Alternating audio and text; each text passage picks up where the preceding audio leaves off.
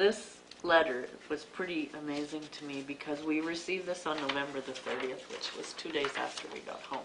When Nora and Terry Warby signed up to join a local church group on a mission trip to Burkina Faso, they were eager to help impoverished communities in West Africa by doing basic health checks, running kids programs, and teaching computer skills to students.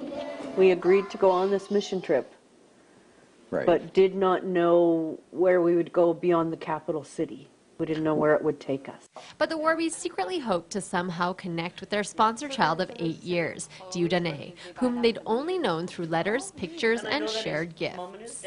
I did some research and found out that where I was going to be and where he lived was 500 kilometers apart. Correct. On African roads, that's pretty huge, and I didn't know how we were going to get there. We had really thought that that was going to be a big ordeal, the 500 kilometers. And, yeah, how we're going to do that, the cost involved, everything. Cost, yes, CCF talked about the cost, and it was like $300-400. It was a lot of money.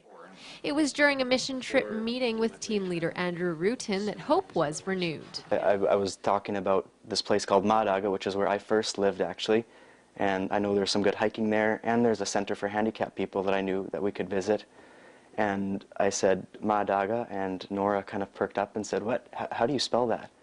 And I did, and she kind of burst into tears and was all excited and told us then, I had no idea about this before, that this was where this sponsor child, Dieudonné, had been that she'd been sponsoring for the past 8 years. Both Nora and Terry were in disbelief of the synchronicity unfolding before them.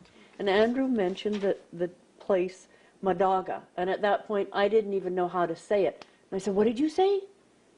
And he said it again, and I said, can you spell that? So he spelled it for me, and I says, you're kidding me. That we're going to go there. You can't be serious. Right.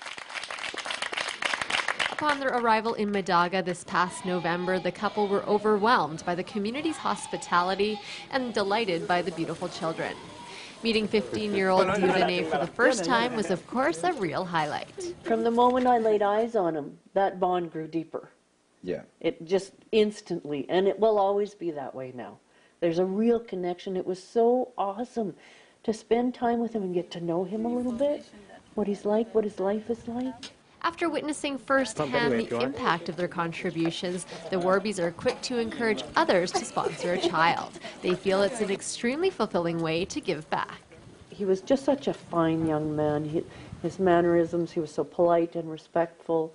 And yes, he was very dedicated to his studies, and he wants to be a doctor. And, you know, that's no small goal to have. And I really feel that my sponsorship has contributed to that. It's really satisfying for me to know that amount of money made such a difference in this young man's life and his family and his community. It's just, there's so much good that comes out of that. For Perry Perspective, I'm Ann Perry.